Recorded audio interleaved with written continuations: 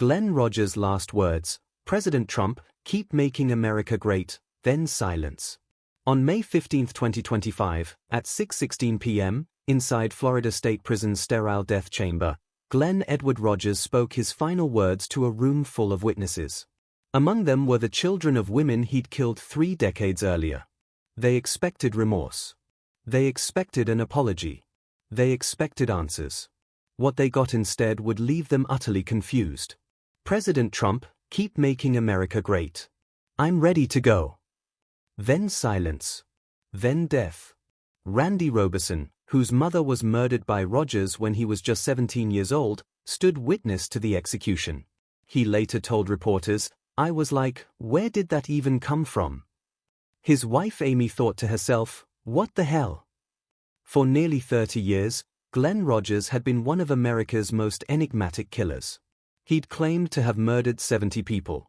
He'd inserted himself into the most famous murder case of the 1990s. He charmed his way across 4 states, leaving a trail of bodies in cheap motel rooms and burning vehicles. And in his final moment of life, with the nation watching, he chose to praise a president rather than acknowledge his victims.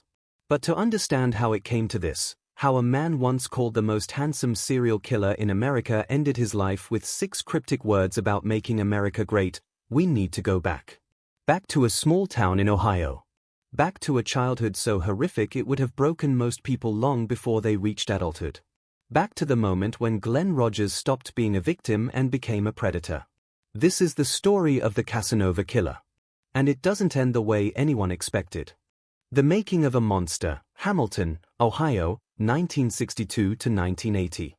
Glen Edward Rogers was born on July 15, 1962, in Hamilton, Ohio, a fading industrial town along the Erie Canal. He was the 7th and final child of Claude Rogers Sr., a pump operator at the local Champion paper mill, and Edna Rogers, a woman whose cruelty would haunt Glen for the rest of his life. By the time Glen arrived, his parents were exhausted. They'd already raised 6 children. They didn't want another. And they made sure Glen knew it. According to court documents and testimony from Glen's older brother Clay, the Rogers household was a nightmare. Their father was a violent alcoholic who beat their mother regularly. But it was Edna who directed her rage at Glen specifically. She would dunk his head underwater during bath time until he nearly drowned. On one occasion, she almost smothered him. Another time, frustrated and overwhelmed, she loaded all the children into the car and drove toward the edge of a cliff, fully intending to kill them all. At the last second, she stopped. Glen suffered from ADHD, sleeping disorders, and engaged in constant headbanging as a toddler. He was kept in restraints from the age of 3. When he managed to break free, he would eat paint chips off the walls of the room where he was abandoned. The abuse left scars deeper than anyone could see. And looking back, there were patterns no one wanted to acknowledge. Glen's victims, almost all of them, would be found dead in bathtubs. 2 of them drowned or positioned in water. Experts believe this wasn't coincidence. This was Glen reenacting his own trauma, recreating the terror his mother had inflicted on him. But there's one incident that may have sealed Glen's fate forever. In a letter written years later to criminal profiler Anthony Melly, Rogers described something that happened when he was around 13 years old. He regularly witnessed his alcoholic father bringing sex workers to their basement. One night, Glen got into an argument with one of these women after she made a comment about his mother. In a fit of rage, he pushed her down the basement stairs. His father shouted up from below, "You killed her. We have to hide the body." Glen and his father wrapped the woman's body and drove to Kentucky, where they dumped her remains. According to Glen, this was the first and only real conversation he ever had with his father. Afterward, his father went silent again, retreating back into his alcoholic haze. Whether this story is true remains unknown. But what we do know is this: by age 15, Glen Rogers had his first adult criminal charge for aggravated menacing. By 16, he'd been expelled from school. By 18, he'd gotten a 14-year-old girl pregnant and married her, a girl named Debbie who worked as a prostitute. Everything changed on that November night in 1995.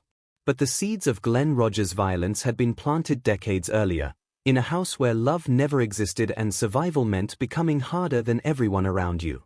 The 6-week rampage, When charm became deadly. Glen Rogers spent most of his 20s and early 30s drifting. He worked odd jobs: school bus driver, carnival worker, construction laborer. He had 2 sons. He struggled with chronic alcoholism. He accumulated an extensive criminal record: assault, arson, theft, public intoxication. But nothing prepared anyone for what he would become in the fall of 1995. By his early 30s, Glen Rogers had perfected a persona.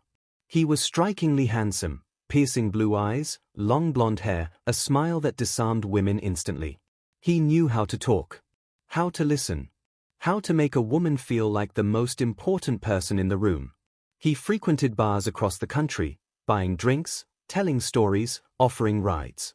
The media would later dub him the Casanova Killer for his charm and good looks. But there was nothing romantic about what Glen Rogers did to the women who trusted him. September 28, 1995. Van Nuys, California. Sandra Gallagher walked into McCred's bar, a local spot where she'd been before. The 33-year-old mother of 3 was in a good mood. She just won $1,200 in the state lottery.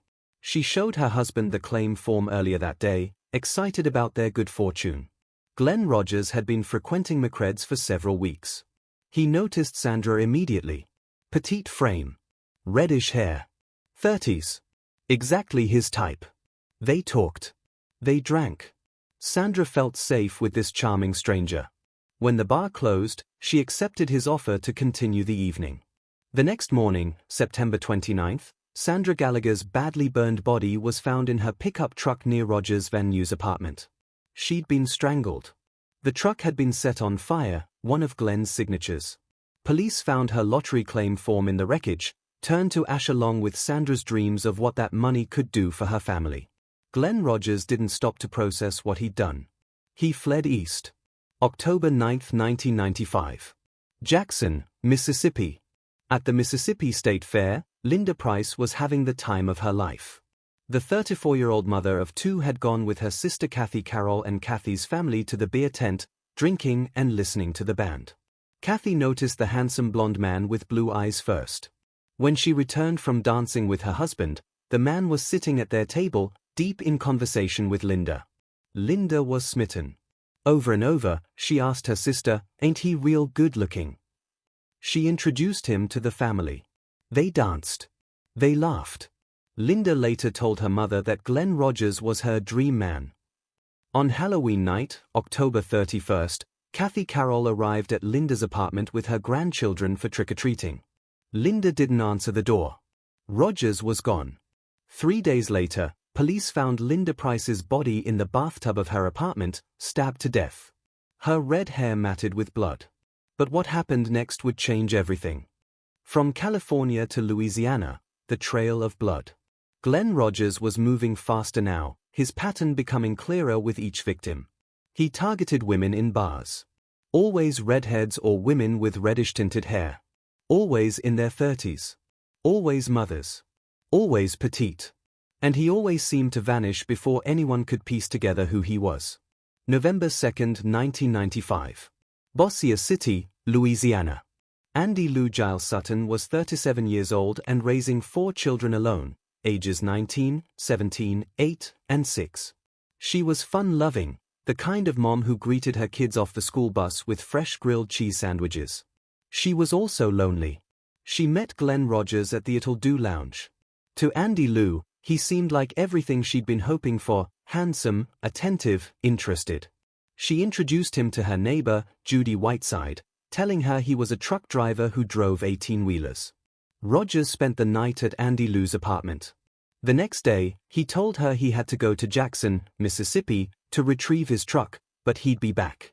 He gave her a kiss, asked Whiteside to take care of Andy Lou, and left in a red pickup truck, Linda Price's stolen vehicle. Andy Lou and Whiteside even drove Rogers to the Greyhound station in Shreveport so he could supposedly get his truck. He promised to return in a few days. Andy Lou gave him her phone number, hopeful about their future. But Rogers wasn't going to Mississippi to get a truck. He was going to Florida to kill again. November 5, 1995. Gibsonton, Florida, just outside Tampa. Tina Marie Cribbs walked into the Showtown bar after another exhausting day. The 34-year-old mother of two worked 3 jobs to support her children. She was tough as nails, a survivor who'd fought her way through poverty and hardship her entire life. She wasn't looking for trouble. She was just looking for a drink and maybe a few hours where she didn't have to worry about paying bills. Glen Rogers was already at the bar. He bought drinks for Tina and her friends. He was charming, funny, attentive. When the night ended, he asked Tina for a ride. She agreed. Rogers had checked into the Tampa 8 Inn on East Columbus Drive 2 days earlier, using his real name and giving a Jackson, Mississippi address. He brought Tina to his room. What happened next was brutal. On November 7th, a hotel cleaning staff member opened room 18 and found Tina Marie Cribb's body in the bathtub, fully clothed. She'd been stabbed multiple times in the chest and buttocks. Blood soaked the bathwater. The room showed signs of a violent struggle. Tina's mother, Mary Dickey, saw the news report about a Jane Doe found murdered in a motel. Something in her gut told her it was her daughter. She called police. She was right. By the time police arrived at the motel, Glen Rogers was already gone, driving Tina's stolen car back to Louisiana, back to Andy Lou Sutton's apartment. November 8, 1995. Andy Lou heard a knock at her door. She opened it, expecting to see Glen's smiling face. And she did, for just a moment. Then came the knife. The next night, Andy Lou's neighbors discovered her body. She'd been stabbed to death in her own bed, in the apartment where her children lived, on the waterbed that was now punctured and soaked with her blood. Her son Randy was 17 years old. His mother was dead. His childhood was over. And Glen Rogers was already racing north in Tina Cribb's stolen car, trying to put as much distance as possible between himself and his crimes.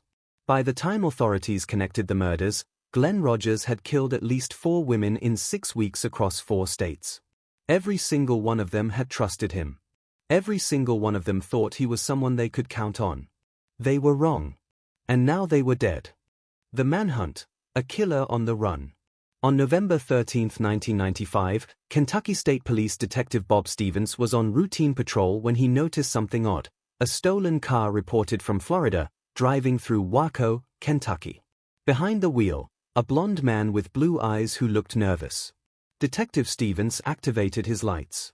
The car accelerated. What followed was a 13-mile, 100-mile-per-hour chase through multiple Kentucky towns.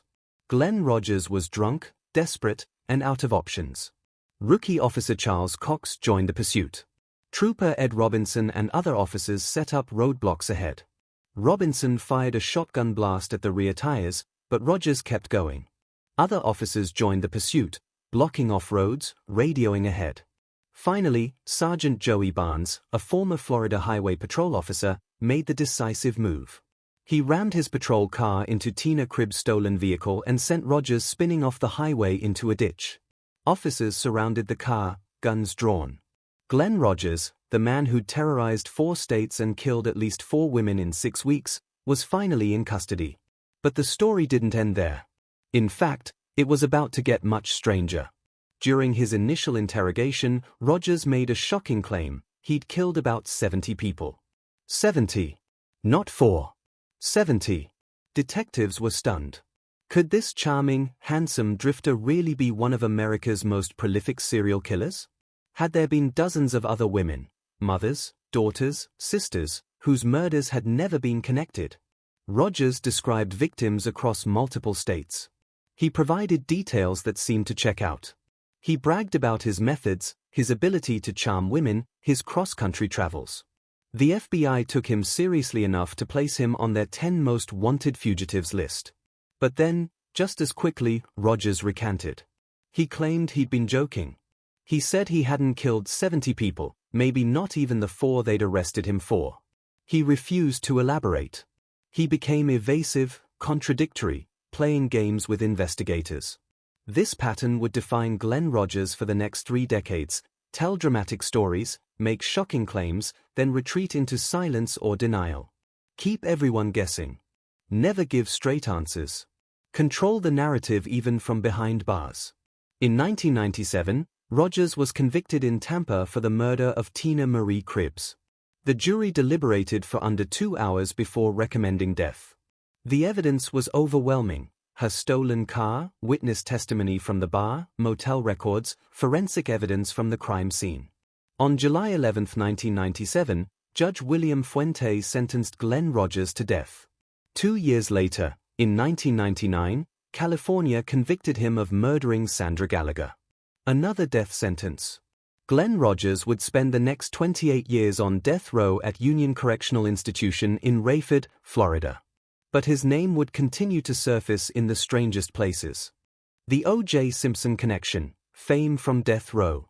In 2012, 17 years into his death row sentence, Glen Rogers became the subject of a documentary that would thrust him back into the national spotlight, My Brother the Serial Killer. The documentary was produced by Rogers' older brother, Clay, who had maintained contact with Glen throughout his imprisonment. Clay had also been instrumental in helping police find some of Rogers' early victims, including leading them to the family cabin in Kentucky where the remains of Mark Peters, a 71-year-old retired electrician Rogers had lived with in Ohio, were discovered bound to a chair. But the documentary wasn't about the murders everyone already knew about. It was about the murder everyone remembered, the 1994 killing of Nicole Brown Simpson and Ron Goldman. According to Clay Rogers, Glen had confessed to him that he'd killed Nicole and Ron. Glen had met Nicole, he claimed, while working odd jobs in Los Angeles. O.J. Simpson allegedly hired Glen to break into Nicole's house and steal expensive jewelry. Simpson told him, according to Glen, "You may have to kill the bitch." Glen claimed he followed through. He murdered Nicole and Ron, staged the scene, and left O.J. to take the fall. The documentary presented letters Glen had written to criminal profiler Anthony Melly, along with paintings Rogers had created depicting his alleged involvement in the murders. Glen seemed to relish the attention, the conspiracy theories, the idea that he'd been involved in the trial of the century. There was just one problem: the evidence didn't support it. The Los Angeles Police Department quickly issued a statement: "We know who killed Nicole Brown Simpson and Ron Goldman. We have no reason to believe that Mr. Rogers was involved." Ron Goldman's father, Fred, was more direct. The overwhelming evidence at the criminal trial proved that one, and only one, person murdered Nicole Brown Simpson and Ronald Goldman. That person is O.J. Simpson and not Glen Rogers. Timeline analysis showed Rogers was in Ohio during the murders. No physical evidence connected him to the scene. No credible witnesses placed him in Los Angeles at the relevant time. The entire story appeared to be exactly what investigators suspected, another one of Glen Rogers' attention-seeking fantasies. But the damage, or the goal, depending on your perspective, was done. Glen Rogers' name was now permanently linked to the most famous unsolved murder in American history. Even if the connection was fabricated, it guaranteed his story would never be forgotten. For a man who'd spent his entire life feeling invisible, unwanted, and insignificant, this was the ultimate victory. He'd inserted himself into immortality. Life on death row, 28 years of waiting. Union Correctional Institution in Rayford, Florida, is where Florida houses its male death row inmates. It's a place of waiting, waiting for appeals to fail, waiting for courts to rule, waiting for the day when a governor signs your death warrant. Glen Rogers arrived there in 1997 at age 35. He would remain there until 2025, aging from a handsome young man with piercing blue eyes and long blonde hair into a 62-year-old with graying hair and a body ravaged by decades of poor health and substance abuse. Life on death row follows a rigid routine. 23-hour-day confinement in a 6-by-9-foot cell. 1 hour of recreation in a caged outdoor area. Meals delivered through a slot in the door. Limited contact with other inmates. No physical contact with visitors, conversations happen through thick glass via telephone. For Glen Rogers, this routine lasted 10,227 days. That's 245,448 hours. That's over 1 million minutes spent in a cell, thinking about the women he'd killed, the life he'd wasted, the childhood that had broken him long before he'd broken others. During those years, Rogers' legal team filed appeal after appeal. They argued that newly enacted Florida legislation authorizing the death penalty for child trafficking proved that the abuse Rogers suffered as a child should be taken more seriously, that it should have resulted in a life sentence instead of death. They argued that Rogers had antisocial personality disorder, chronic substance abuse, and diminished capacity. They presented evidence of his horrific upbringing, the violence he'd witnessed, the trauma he'd endured. Every appeal was denied. Meanwhile, the families of his victims waited. Mary Dickey, Tina Marie Cribb's mother, fought cancer twice, brain cancer and lung cancer. She told reporters in 2016 that she'd made a vow to God, "I will live to see this done." She wanted to witness Rogers' execution. She needed to know that the man who'd murdered her daughter was finally gone. Jerry Valisella, Sandra Gallagher's sister, told reporters she'd had 30 years of nightmares. "I'm ready for this to be over," she said. Randy Roberson, who'd lost his mother Andy Lou when he was just 17, grew up, got married, had his own family. But the shadow of that night in November 1995 never left him. He remembered his mother as fun-loving, always ready to play games, always making her kids feel loved. He remembered finding out she was dead. He remembered the hole that loss created in his life. For all of them, Glen Rogers' death sentence wasn't about vengeance. It was about closure. It was about finally being able to move forward, knowing the man who destroyed their families could never hurt anyone else. But closure would take nearly 3 decades to arrive. The final countdown, April to May 2025. On April 15, 2025, Florida Governor Ron DeSantis signed Glen Rogers' death warrant, scheduling his execution for May 15, exactly 1 month later. Rogers was the 5th inmate from Florida to have an execution scheduled in 2025.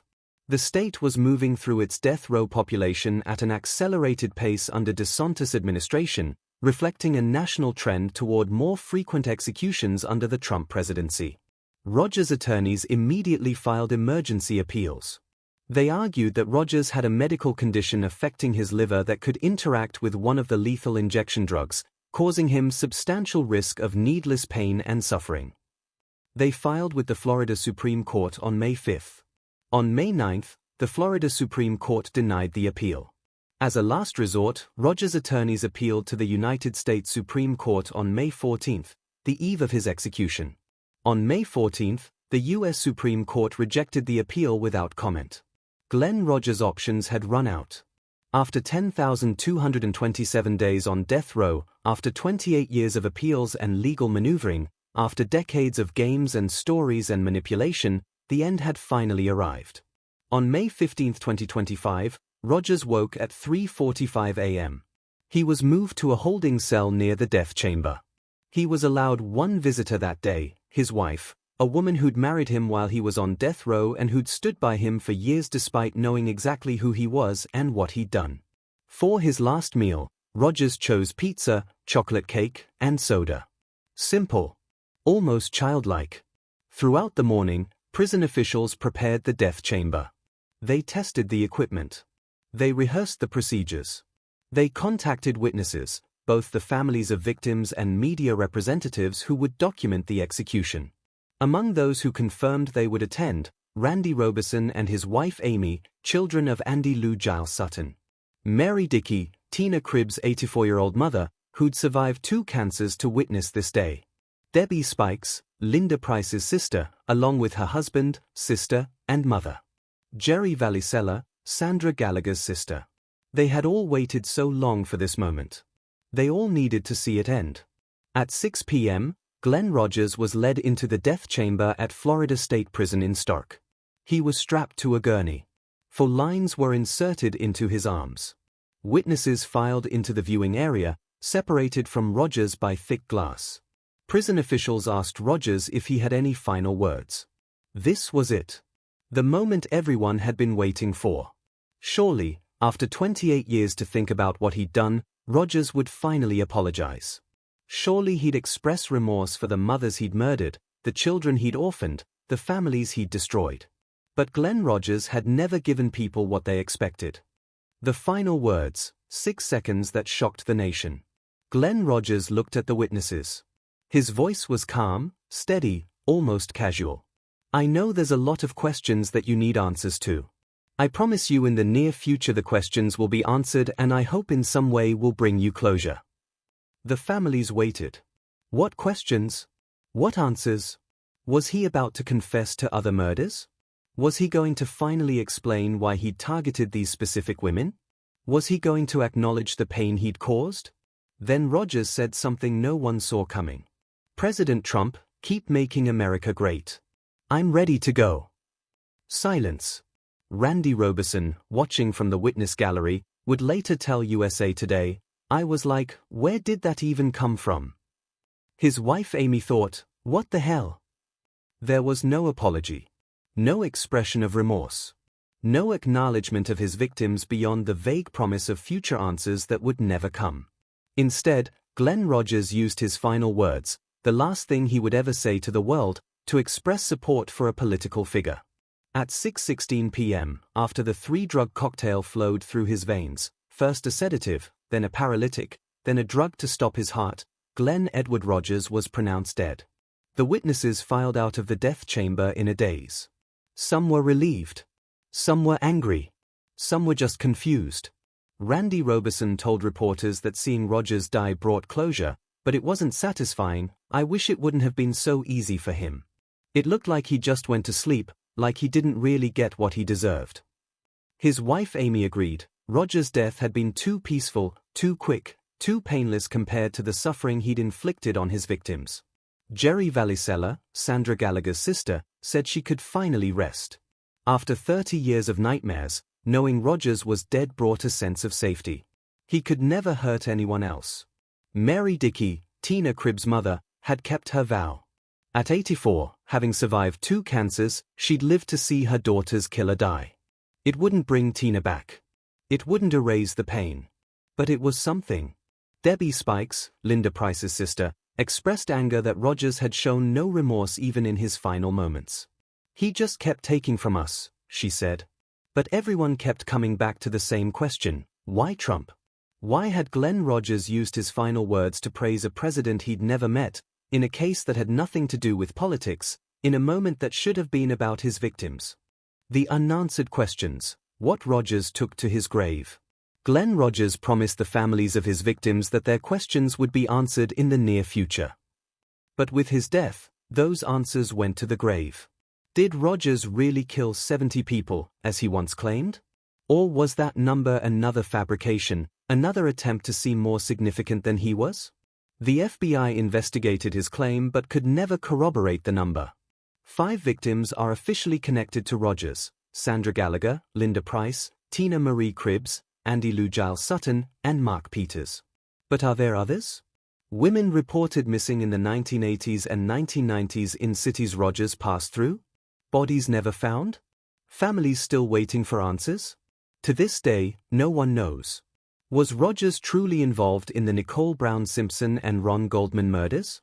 Almost certainly not, based on timeline evidence and the lack of any physical connection. But Rogers took his stories about O.J. Simpson to the grave, never fully recanting them, never fully committing to them. He kept the mystery alive, and now it will forever remain unresolved. Why did Rogers specifically target women with red hair in their 30s? Psychologists believe it was connected to his relationship with his mother. Edna had reddish hair, was in her 30s when Glen was born, and was the source of his most severe childhood trauma. But Rogers never confirmed this. He never explained his pattern. He never acknowledged that he was trying to kill his mother over and over again through proxies. And most importantly, why did Glen Rogers spend his final words praising President Trump instead of apologizing to his victims? Some speculate it was one last attempt to manipulate, to insert himself into the news cycle, to guarantee that his execution would be controversial and memorable rather than routine. Rogers had spent his entire life feeling invisible. His final words ensured that his death would be covered by every major news outlet in America. Mission accomplished. Others believe Rogers genuinely admired Trump's tough-on-crime stance, his support for the death penalty, his law and order rhetoric. Trump had issued an executive order earlier in 2025 restoring federal executions, calling capital punishment the ultimate deterrent and only proper punishment for the vilest crimes. Perhaps Rogers saw himself as part of that narrative, a vile criminal meeting the fate Trump advocated for. Or maybe, after 28 years on death row, after a lifetime of manipulation and lies, Glen Rogers simply chose chaos over accountability one final time. He knew what the families wanted. He knew what society expected. And he denied them all of it. Whatever the reason, Glen Rogers' final words revealed something fundamental about who he was, a man who, even at the moment of his death, refused to give victims' families what they needed. A man who controlled the narrative to the very end. A man who prioritized his own desires over the pain of others, right down to his last breath. Here are they now? Randy Roberson, who was 17 when his mother Andy Lou Giles Sutton was murdered, is now in his 40s. He attended Rogers' execution with his wife Amy. In his statement afterward, he said, "Finally, after him being in prison for the past 28 years, my family, along with the other victims' families, will be able to have some type of closure to the nightmare created by this monster. My mother, along with the other victims, will finally receive the justice that they deserve."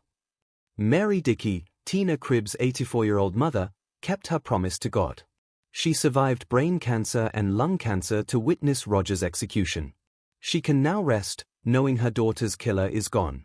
Jerry Valisella, Sandra Gallagher's sister, told reporters she could finally have peaceful sleep after 30 years of nightmares. Debbie Spikes and her family, Linda Price's relatives, found closure, though the lack of remorse from Rogers left them angry. They wanted acknowledgement. They wanted him to own what he'd done. They never got it. Glen Rogers' brother Clay, who produced the documentary My Brother the Serial Killer in 2012, visited Glen before the execution. He told the Tampa Bay Times, "I said my goodbyes to him. He's my brother and I love him. I asked God to guide him on this next journey." The families of Rogers' victims have spent 3 decades rebuilding their lives around the hole left by murder. They've raised children, celebrated holidays, tried to find joy despite the trauma. Rogers' execution doesn't bring their loved ones back. It doesn't erase the pain. But for many of them, it represents a final chapter, the moment they can finally say it's over. Glen Rogers became the 5th inmate executed in Florida in 2025 and the 16th in the United States. He was the 106th person executed in Florida since the death penalty was reinstated in 1976. Anthony Wainwright was scheduled for execution in Florida on June 10, 2025, continuing the state's aggressive execution schedule. The Trump administration's restoration of federal executions and emphasis on capital punishment has led to an acceleration of executions nationwide. Some see this as justice finally being served. Others see it as a troubling embrace of state-sanctioned killing. The debate over the death penalty, whether it deters crime, whether it's applied fairly, whether the state should have the power to take life, continues. But for the families of Sandra Gallagher, Linda Price, Tina Marie Cribbs, and Andy Lou Giles Sutton, the debate is over. Glen Rogers is dead. He can never hurt anyone else. And that, ultimately, is what matters most. What Glen Rogers' story reveals. Glen Rogers' case forces us to confront uncomfortable truths about violence, childhood trauma, and the limits of justice. Rogers suffered horrific abuse as a child. He was neglected, terrorized, nearly drowned, nearly smothered, kept in restraints, and possibly forced by his father to participate in hiding a body at age 13. His upbringing was objectively nightmarish. Many experts testified that his childhood trauma, combined with antisocial personality disorder and chronic substance abuse, contributed to his violent behavior. But does that excuse what he did? Does understanding the origins of someone's violence require us to forgive it? The families of Rogers' victims would say no. Prosecutor Karen Cox, during Rogers' sentencing, asked the jury, "When you're 34 years old, is it fair to blame anybody but yourself? When is it that we as a society call upon the individual as an adult to take responsibility for their actions?" Tina Marie Cribbs, one of Rogers' victims, had also suffered through childhood poverty and hardship.